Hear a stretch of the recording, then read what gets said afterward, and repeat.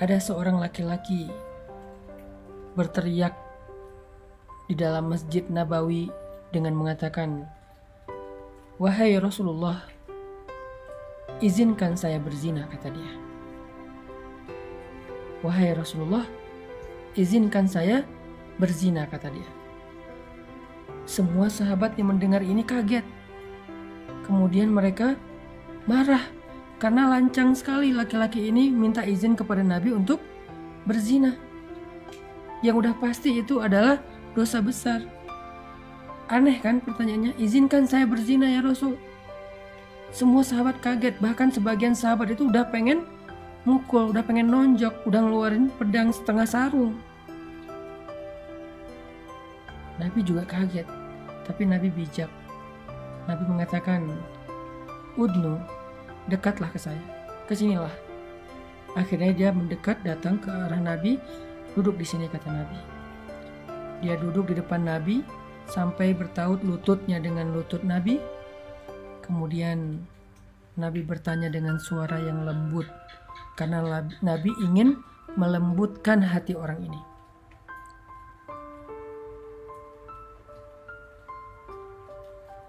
Nabi ingin melembutkan hati orang ini, maka Nabi pun bersuara lembut. Gak bisa kita melembutkan hati orang dengan teriak. Gak bisa kita melembutkan hati orang dengan membentak. Kalau ingin melembutkan hati dia, lembutkan suara kita. Itu rumus sederhana. Semua kita belajar itu insya Allah ya, termasuk saya. Kalau kita pengen melembutkan hati keluarga, hati pasangan, hati anak, maka lembutkan suara kita. Tapi kalau kita keraskan suara kita, maka kita akan mengeraskan hati. Nabi kemudian berbicara dengan suara lembut kepada laki-laki itu dengan pertanyaan.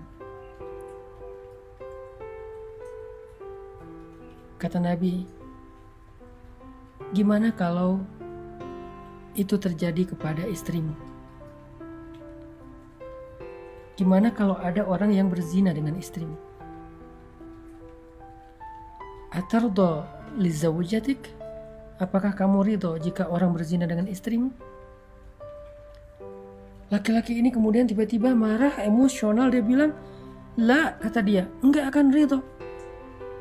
Saya akan bunuh dua-duanya." "Atardo li ummik," kata Nabi, "apakah kamu ridho kalau orang berzina dengan ibumu?" Kata dia, "Enggak, saya akan kejar orang itu." "Atardo li ukhtik," apakah kamu ridho jika ada yang menzinahi saudarimu? Dia marah, "Enggak." "Atardo li ibnatik," apakah kamu ridho jika ada yang menzinahi anak perempuanmu? "Enggak," kata dia, "saya enggak ridho sama sekali." Kemudian Nabi mengatakan, "Begitulah perasaan orang yang ibunya kamu zinahi. Begitulah perasaan orang yang istrinya kamu zinahi. Begitulah perasaan orang yang adik perempuannya kamu zinahi. Dan begitulah perasaan orang yang anak perempuannya kamu zinahi." Mereka juga enggak ridho, mereka juga sedih, mereka juga marah, seperti apa yang akan seperti apa yang engkau rasakan. Kemudian Nabi mengusap dada orang itu. Setelah diusap dadanya, Nabi mendoakan, "Ya Allah, lapangkan dada orang ini, bersihkanlah kemaluannya." Tiba-tiba dia menghirup nafas panjang, lalu menghela nafasnya. Dengan lega dia mengatakan, "Ya Rasulullah, dulu zina adalah perbuatan yang paling saya suka. Sekarang zina adalah perbuatan yang paling saya benci." Dia memeluk Nabi SAW. Renungkan kisah ini.